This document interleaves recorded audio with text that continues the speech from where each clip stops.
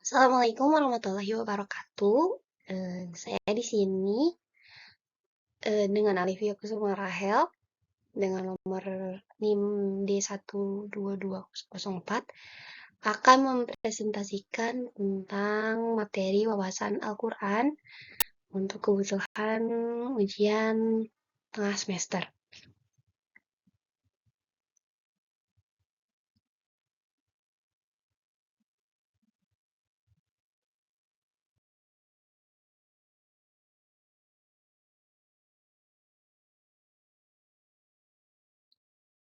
Di sini mulai dengan pengertian Al-Quran. Pengertian Al-Quran adalah Al-Quran yang secara harfiah berarti bacaan yang sempurna merupakan suatu nama pilihan Allah yang sungguh tepat. Quran menurut pendapat yang paling kuat seperti yang dikemukakan Dr. Subhi Al-Sohi berarti bacaan asal kata koro. Koro mempunyai arti mengumpulkan dan menghimpun. Kemudian, menurut para ahli usul fikih, dalam Al-Tibyan fi Ulum Quran karya Muhammad Ali Al-Subhani, pengertian Al-Quran adalah kalam Allah yang mengandung mujizat, sesuatu yang luar biasa yang melemahkan lawan. Jadi di Al-Quran itu diturunkan kepada penutup Nabi dan Rasul, yaitu Nabi Muhammad, melalui malaikat Jibril, tertulis pada mushaf, diriwayatkan kepada kita secara mutawir, membacanya dinilai ibadah, dimulai dari surat Al-Fatihah dan diakhiri dengan surat An-Nas. Lalu di sini ada sejarah penulisan Al-Quran. Sejarah penulisan Al-Quran pada tahap pertama, yaitu melalui tahap pertama pada masa Nabi Muhammad SAW. Pada masa ini masih sedikit orang yang bisa baca tulis karena keterbatasan media tulis pula gitu. Sehingga saat itu siapapun umat Islam yang mendengarkan satu ayat, maka dia itu langsung menghafalkannya atau menuliskannya tersebut dengan media seadanya gitu. Baik di tulang belikat unta, pelepah kurma, potongan kulit, atau permukaan batu cadas. Jadi gak heran gitu kalau misalnya penghafal Al-Quran itu pada zaman itu sangat banyak gitu karena memang orang-orang di sana tuh yang langsung menghafalkannya gitu. Lalu ada tahap kedua pada masa Abu Bakar Asy-Siddiq. Lalu pada zaman Abu Bakar Asy-Siddiq radhiyallahu anhu ini terjadi pada tahun 12 Hijriah. Adapun penyebabnya yaitu pada saat perang Yamamah, banyak sekali dari kalangan Al-Qura yang terbunuh, seperti Salem bekas budak Abu Huzaifah. Jadi pada zaman ini tuh banyak orang-orang yang eh, menghafal Al-Quran di zaman Nabi itu terbunuh di eh, medan perang gitu. Jadi Abu Bakar Asy-Siddiq ini mencari akal dengan cara memberi perintah agar mengumpulkan Al-Quran supaya tidak hilang gitu dari ini ya. Dari kan tadi ada yang ditulis di mana itu tuh sama Abu Bakar tuh disuruh dikumpulkan gitu. Dan dalam kisah Sahih Bukhari juga disebutkan bahwa Umar bin Khattab mengemukakan pandangannya kepada Abu Bakar sudah setelah perang Yamamah ini terjadi gitu. Abu Bakar lalu memerintahkan Zaid bin Sabit untuk mencari Al-Quran dan mengumpulkannya. Lalu, hmm, Al-Quran ini dikumpulkan dari pelepah kurma, permukaan baku cadas, dan dari hafalan orang-orang gitu. Jadi saat itu tuh zaman Abu Bakar Siddiq tuh lalu mereka membentuk panitia penyusunan struktur dan penulisan Al-Quran yang berhasil menyalin 30 juz gitu. Sedangkan kaidah penulisannya disebut Razm Usmani di mana tulisan di masa ini belum ada harokatnya. Razm Usmani hanya terkait batang tubuh. Nah, jadi seperti ini contohnya gitu kayak eh, seperti Arab Gundul gitu kalau misalnya kita tahu. Jadi pada zaman Abu Bakar Asy-Siddiq itu belum ada harokatnya, jadi kayak belum ada fathah, kasroh, sama domah. Jadi hanya sebentuk eh ya sudah hanya bentuk Arab Gundul gini aja gitu. Pada tahun 50 Hijriah, pada Gubernur Zi'ad pada dinasti Umayyah, tulisan gundul ini disempurnakan karena banyak umat Islam yang bingung membacanya. Salah satu ulama yang ditugaskan untuk memberi tanda baca dalam Al-Quran bernama Abu Ashwad Ad-Duwali. Jadi bentuknya itu bulat-bulat, gunanya untuk membedakan bunyi huruf disebut natul i'raf, yang artinya titik pembeda bunyi. Lalu ada tahap ketiga, pada masa pemerintahan dinasti Abbasiyah diberikan tanda batas berupa doma, fathah, kasroh, dan sukun untuk memperindah dan mempermudah umat Islam dalam membaca Al-Quran. Pemberian tanda baris ini mengikuti cara pemberian baris yang telah dilakukan oleh Khalil bin Ahmad Al-Fahidi, seorang ensiklopedia bahasa Arab terkemuka kala itu. Menurut sebuah riwayat, Khalil bin Ahmad juga yang memberikan tanda hamzah, tasydid, dan ismam pada kalimat-kalimat yang ada. Lalu berikutnya ada fungsi dan peranan Al-Quran. Jadi dalam kehidupan manusia yang sangat penting gitu. Jadi peranan Al-Quran itu sangat penting dalam kehidupan manusia gitu. Jadi adapun fungsi dari Al-Quran sendiri adalah sebagai al-huda atau sebagai petunjuk. Jadi Al-Quran ini bisa dijadikan petunjuk bagi orang-orang yang bertakwa dan juga beriman gitu. Sebagai sebagai pedoman, sebagai acuan Al-Quran itu. Lalu sebagai Al-Furqan, pemisah. Jadi Al-Quran ini dapat menjadi pemisah antara mana yang baik dan mana yang buruk. Gitu. Lalu sebagai asyifa, obat. Al-Quran bisa dijadikan obat untuk penyakit mental dan juga penyakit hati. Petunjuk di dalamnya agar bisa memberikan pencerahan bagi mereka yang menjalankannya. Yang terakhir sebagai al-mauziyah atau nasihat. Jadi Al-Quran ini berperan sebagai nasihat, pengajaran, peringatan mengenai kehidupan orang-orang yang beriman.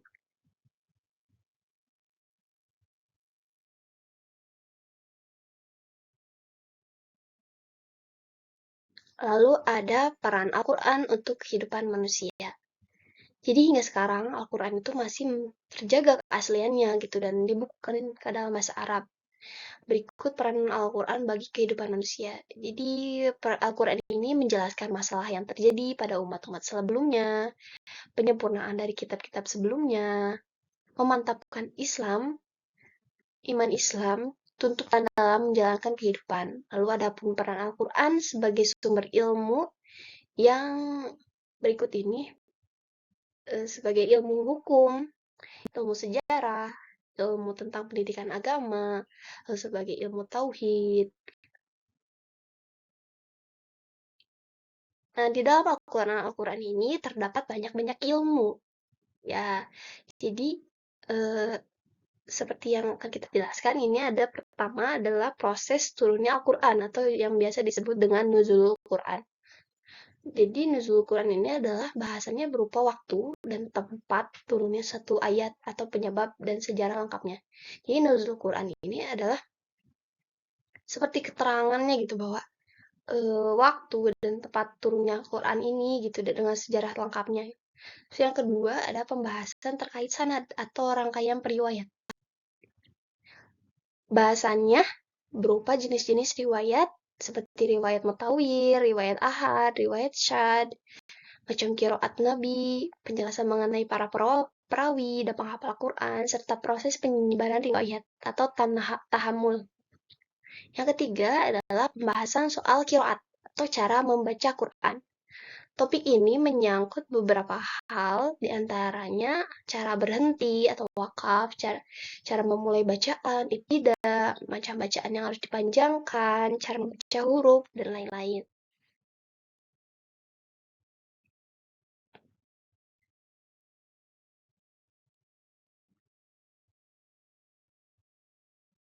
Lalu yang keempat ada pembahasan terkait kata-kata dalam Al-Quran.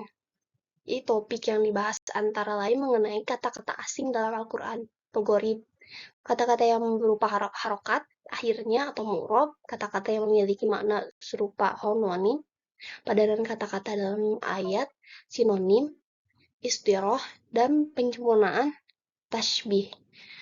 Yang kelima ada pembahasan mengenai makna-makna dalam Al-Quran. Makna yang dimaksud tidak secara harfiah, namun ada pembahasan makna lain. Misalnya makna umum, makna lahir, makna global, atau mujmal, makna konteks, pembicaraan, atau maksud, makna yang tidak melahirkan keraguan, atau muhkam, dan makna yang terdapat kesamaran di dalamnya, atau mutasyabih. Makna data dalam Al-Quran. Jadi di isi Al-Quran ini juga ada bahasan ulumul Quran yang membahas makna di balik kata-kata dalam Al-Quran. Di antara topik bahasan ini adalah was, fase, uraian singkat atau i'zad, i'raj atau uraian panjang, i'nab, dan uraian seimbang. Nah, di Al-Quran ini banyak sekali kandungannya gitu. Nah, yang pertama ada akidah. Akidah Indonesia. Akidah Islam adalah keyakinan yang berdasarkan ajaran Islam dari Al-Quran dan hadis. Seseorang yang menyatakan bahwa dirinya itu berakidah tidak cukup dengan cara mempercayai dan meyakini keyakinan dalam hatinya, tetapi harus menyatakan dalam lisan juga, serta harus mewujudkannya dalam bentuk amal perbuatan dalam kehidupan sehari-hari. Isi pokok dari ajaran akidah adalah mengangkut hal ketauhidan, yakni meyakini bahwa Allah Maha Esa atau Allah hanya satu. Lalu yang kedua tentang ibadah. Ibadah adalah menyembah atau mengabdi sepenuhnya kepada Allah Subhanahu wa taala dengan taat dan patuh kepadanya. Ibadah merupakan bentuk kepatuhan yang ditimbulkan oleh perasaan yakin terhadap kebesaran Allah Subhanahu wa taala sebagai satu-satunya Tuhan yang berhak untuk disembah. Yang ketiga adalah muamalah. Sebagai makhluk ciptaan Allah Subhanahu wa taala, manusia juga memerlukan interaksi dengan makhluk lainnya gitu untuk bisa memenuhi kehidupan. Maka di dalam Al-Qur'an itu diatur juga cara kita bersosialisasi dengan makhluk lainnya gitu. Untuk memenuhi kebutuhan manusia dengan hubungannya dalam kehidupan gitu. Lalu yang keempat ada akhlak. Rasulullah SAW adalah suri tauladan bagi umat Islam dalam bertingkah laku. Jadi Al-Quran ini merupakan sumber ajaran tentang akhlak. Yang kelima ada hukum. Al-Quran juga berisi kaidah-kaidah dan ketentuan dasar yang menyeluruh bagi manusia agar memberikan pedoman kepada manusia supaya kehidupannya menjadi adil, aman, dan teratur. Lalu yang keenam, sejarah. Jadi Al-Quran ini berisi tentang kisah-kisah dari zaman-zaman sebelum kita. Jadi kitab-kitab yang terdapat di dalam Quran ini dimaksudkan untuk dicari hikmahnya atau jadi diambil pelajarannya dari kisah-kisah tersebut. Nah, lalu kita lanjut ke istimewaan Al-Quran. Yang pertama, konten Al-Quran ini tetap sepanjang masa tanpa revisi. Jadi, Al-Quran ini tetap dari zaman dahulu tuh bentuknya seperti ini dan isinya seperti ini. Tidak pernah ada kata-kata revisian gitu.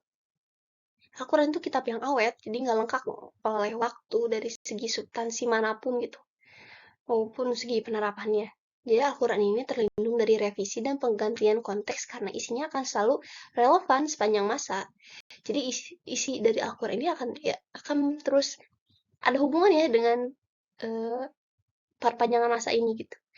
Jadi jaminan keawetan Al-Quran ini diabadikan oleh Allah Subhanahu wa taala dalam surat Al-Hijj ayat 9 yang berbunyi Auzubillahi minasyaitonirrajim. Bismillahirrahmanirrahim. Inna nahnu nazzalna dzikra wa inna lahu lahafidun. Yang artinya sesungguhnya kamilah yang menurunkan Al-Quran dan sesungguhnya kami yang benar-benar memeliharanya. Hal ini menjadikan Al-Quran berbeda dengan kitab lainnya gitu. Kitab Injil, kitab Taurat yang telah dirubah oleh pemiliknya. Lalu yang kedua, terjaga dari kontradiksi. Di dalam Al-Quran tidak terdapat pertentangan antara satu perintah yang lain dengan perintah yang lainnya gitu. Jadi tidak ada yang saling bertentangan gitu. Setiap perintah, larangan, dan berita bersifat melengkapi satu sama lainnya. Sesuai dengan firman Allah dalam surat An-Nisa ayat 82 yang berbunyi, Afala Afala yatadabbaruna al-Qur'ana walau kana min indi ghairillahi lawajadu fihi ikhtilafa katsiran. Artinya, maka Allah mereka tidak memperhatikan Al-Quran. Kalau kiranya Al-Quran itu bukan dari sisi Allah, tentulah mereka mendapat pertentangan yang banyak di dalamnya. Yang ketiga, mudah dihafalkan. Jadi Al-Quran di dalam surat Al-Qamar ayat 32, Allah menjamin bahwa Al-Quran itu gampang, mudah untuk dipelajari dan dihafalkan gitu. Al-Quran adalah kitab cerdas yang membuat orang merenung dan melatih kemampuan asosiasi dengan pemisahan yang ada di dalamnya. Surat Al-Qamar ayat 32 yang berbunyi, Walaqad yassarnal Qur'ana lidzikri, yang berarti dan sesungguhnya telah kami mudahkan Al-Quran untuk pelajaran. Lalu yang keempat adalah bahasa Al-Quran tak dapat ditiru. Al-Quran menggunakan bahasa Arab yang sangat tinggi, walau Anda memahami bahasa Fusya atau bahasa tinggi sekalipun. Anda tak akan bisa menandingi bahasa Al-Quran. Walau Nabi Muhammad SAW adalah seorang yang berbudi luhur dan berbicara dengan bahasa sopan, tidak mungkin Rasulullah yang membuatnya. Jadi, Al-Quran ini hanya Allah yang membuatnya. Lalu yang kelima, membacanya adalah kebaikan. Membaca Al-Quran adalah kegiatan yang mendatangkan banyak sekali pahala. Pahala ini akan meningkat seiring dekatnya interaksi kita dengan Al-Quran, mulai dari membacanya, lalu membaca arti dan tafsirnya, lalu memahaminya, hingga menghafalkannya, atau bahkan lebih baik lagi kita mengamalkan setiap ayat-ayat dalam Al-Quran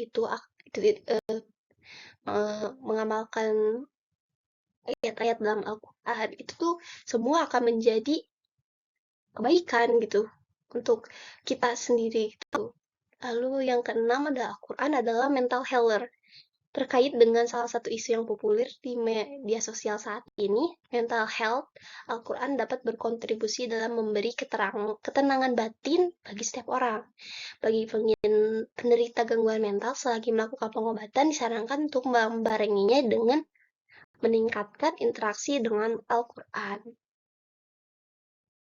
Lalu yang ketujuh, ada kisah-kisah dalam Al-Quran nyata dan terperinci. Di dalam Al-Quran terdapat banyak kisah-kisah, sebut saja kisah keluarga Imron, kisah Nabi Musa, kisah Siti Maryam, kisah Nabi Daud, dan bahkan kisah Nabi Muhammad SAW sendiri gitu.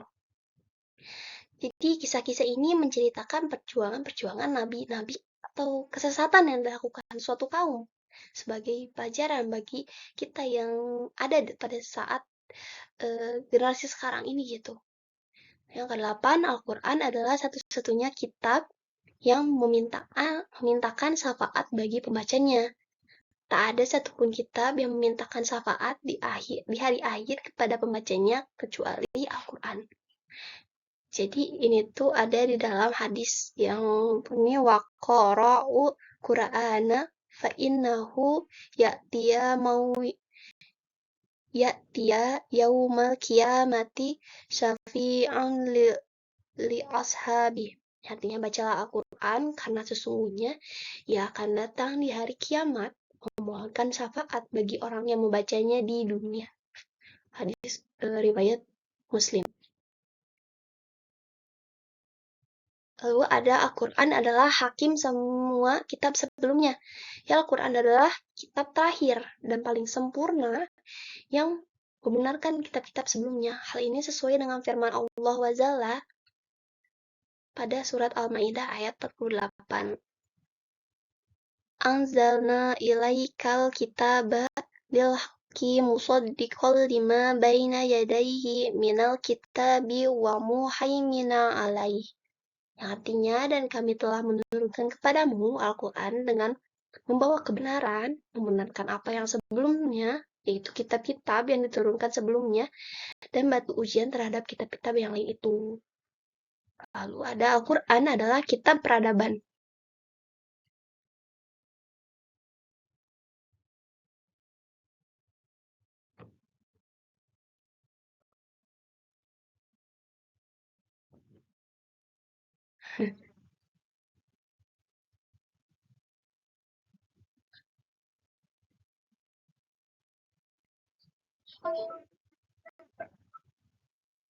Ya, sepertinya cukup sampai situ. Terima kasih telah mendengarkan presentasi yang saya lakukan. Jazakillah khairan katsiran. Assalamualaikum warahmatullahi wabarakatuh.